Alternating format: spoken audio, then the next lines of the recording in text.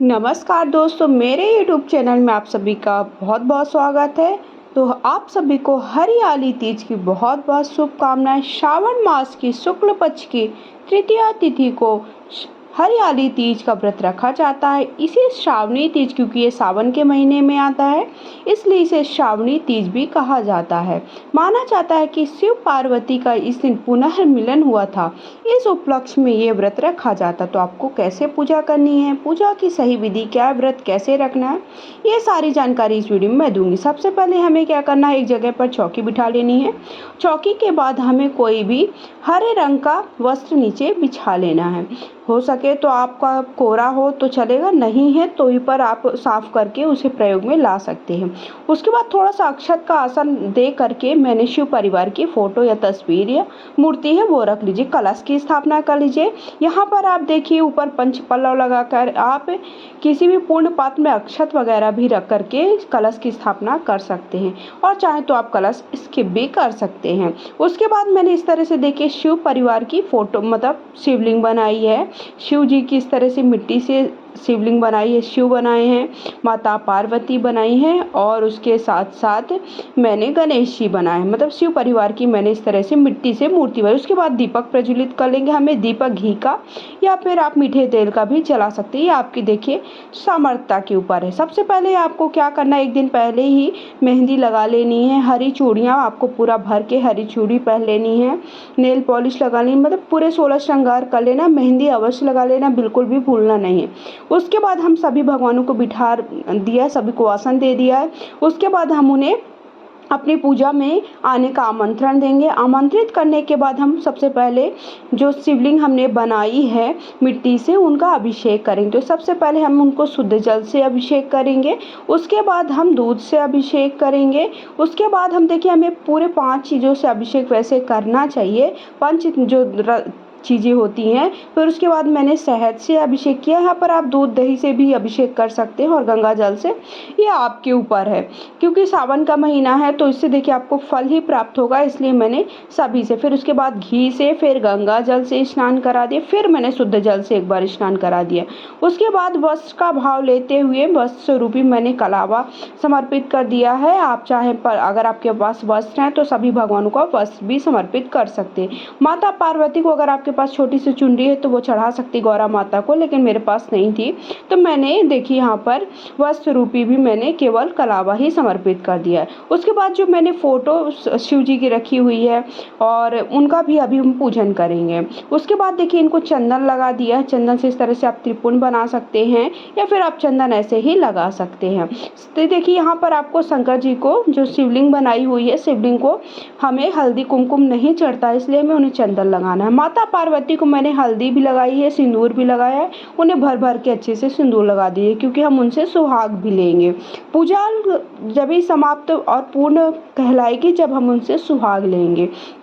तो ये सुहागन महिलाएं अपने देखिए सुहाग की लंबी आयु और अच्छे घर परिवार में खुशहाली के लिए कामना, अगर आपके मन में कोई ऐसी कामना है कि हमारे वर की जो आयु है वो दीर्घ रहे, साथ ही साथ घर में सुख शांति बनी रहे, तो इस कामना से हमें ये व्रत रख सकते हैं। साथ ही साथ जो महिलाएं जिनका विवाह कहीं पर फिक्स हो गया है वो भी इस व्रत को रख सकते हैं। उसके बाद मैंने थोड़ा सा अक्षत समर्पित कर दिया है और मूंग समर्पित कर दिया। उसके बाद बेलपत्र की बिना देखिए पूजा अधूरी होती है, तो आप बेलपत्र जरूर ला करके रख लें और बेलपत्र उन्हें जरूर समर्पित करें। आप चाहे तो कहीं पर भी स्टोर करके रख सकते हैं, ताकि सावन के महीने में आपको आसानी से बेलपत्र मिल जाए, क्योंकि स्टोर वगैरह में बहुत जल्दी खत्म हो जाती है। उसके बाद हम शिव परिवार को शुद्ध जल के छींटे देकर स्नान वगैरह करा करके उन्हें हल्दी कुमकुम लगा दिया, शिव जी को चंदन लगा दिया है।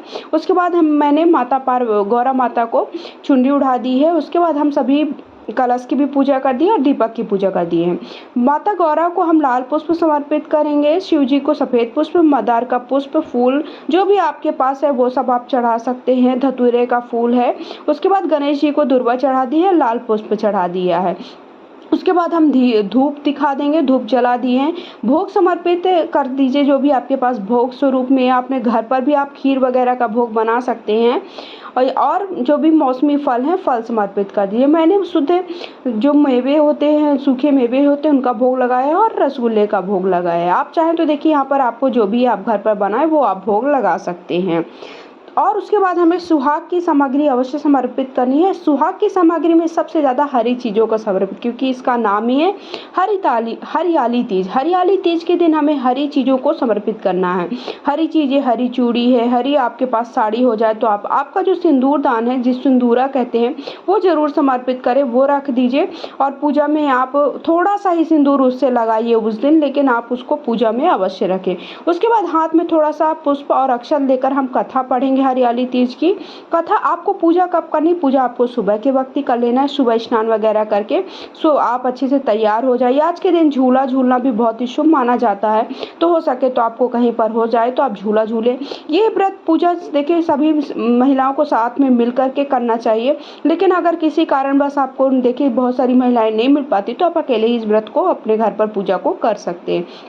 उसके बाद आरती कर लीजिए। आप चाहे तो देखिए हवन की भी 5 आहुतियाँ दे सकते हैं, क्योंकि ये माना जाता है कि जो हम हवन करते हैं वो भगवान के पास सीधे उसका भोग लगता है, तो आप हवन भी कर सकते हैं। इस तरह से फिर आरती करने के बाद पूजा में जो भी गलतियाँ हुई हैं उसके लिए आप क्षमा याचना मांग लीजिए। यथासंभव दक्षिणा समर्पित करें, ताकि जो भी हमारी पूजा में भूल चूक हो जाती है, देखिए हम पूजा तो अच्छे से करते हैं, लेकिन कई बार हमसे कुछ ना कुछ भूल चूक हो जाती है, तो पूजा में हुई जो भूल चूक है उसकी क्षमा याचना के लिए हमें यथासंभव आपको दक्षिणा अवश्य चढ़ानी चाहिए। तो चौकी कब उठानी है और व्रत कथा का वीडियो आप सबको चैनल पे मिल जाएगा, लिंक आप सबको डिस्क्रिप्शन बॉक्स पर मिल जाएगी। तो इस तरह से आपको बहुत ही साधारण तरीके से मैंने बताया कि पूजा कैसे करनी है हरियाली तीज की। ये माना जाता है कि शिव पार्वती का इस दिन पुनः मिलन हुआ था, इसलिए हमें ये व्रत पूजा अवश्य करना चाहिए। आप व्रत नहीं रख सकते तो आप पूजा बस कर सकते हो। उसके बाद हमें देखिए अपनी जो अपने कपड़े पहन रखे हैं, जो आपने साड़ी पहन रखी है या फिर आपने सूट पहन रखा है, तो उसके जो छोर होता है उससे हमें इस प्रकार 5 बार माता गौरा को क्या करना है? सिंदूर समर्पित करना है। 5 बार समर्पित करने के बाद फिर हमें किस तरह से सुहाग लेना है? देखिए इस तरह से आपको जितने बार आपने सिंदूर समर्पित किया उतने ही बार आपको सिंदूर अपने मांग पर लगाना है। तो देखिए कई लोग नाक से लगाते हैं तो नाक से लगा लीजिए, और अगर आप मांग बस में लगाते हैं तो मांग से लगा लीजिए, जैसा आपके यहाँ होता है। उसके बाद जो हमने माता गौरा को चूड़ी चढ़ाई है, बिंदी चढ़ाई है और महावर चढ़ाया, वो सब थोड़ा थोड़ा हमें अपने प्रयोग में ले लेना है। और एक चूड़ी हमें, जैसे हमने 2 चूड़ियाँ चढ़ाई हैं, 4 चूड़ियाँ चढ़ाई हैं, तो सारी महिलाएं, जितनी महिलाएं पूजा कर रही हैं वो सारी महिलाएं एक एक सुहाग के रूप में अपने जो पहना हुआ है वहाँ पर पहन लीजिए।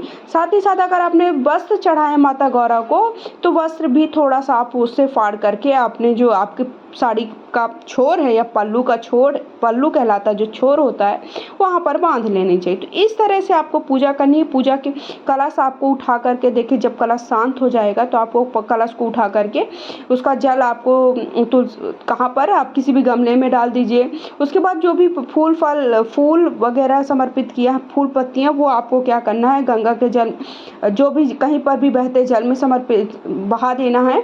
उसके बाद जो आपने शिवलिंग बनाई हुई है, शिवलिंग को आप मिट्टी में भी देखिए आप उसे विसर्जित कर सकते हैं, या फिर आप कहीं पर भी बहते जल में भी विसर्जन उनका कर सकते हैं, लेकिन रात्रि से पहले जरूर कर दें। इस बात का विशेष ध्यान रखें। जो आपने फोटो तस्वीर रखी वो अपने पूजा स्थल में दोबारा रख लेना है, और जो भोग चढ़ाया वो घर के लोगों को आपको आपस में बांट करके खा लेना है। जो सिंदूरदानी वो फिर से हमें अपने पूजा स्थल में रख लेनी है। ये बहुत ही शुभ होती है, इससे माना जाता है ये सिंदूरदानी आप जरूर लाएं। और इस तरह से आपको बहुत ही सरल तरीके से मैंने बताया कि हरियाली तीज जो कि श्रावण मास की शुक्ल पक्ष की तृतीया तिथि को मनाई जाएगी, श्रावणी तीज के दिन हमें कैसे पूजा करनी है, कैसे व्रत रखना है। व्रत का संकल्प अवश्य ले ले, और जो भी यथासंभव दक्षिणा अवश्य दिया करें। देखिए इससे हमें पूर्ण फल की प्राप्ति होती। जो भी हमारी पूजा में गलतियां होती हैं उसकी क्षमा याचना के लिए हमें ये उपाय अवश्य करना चाहिए।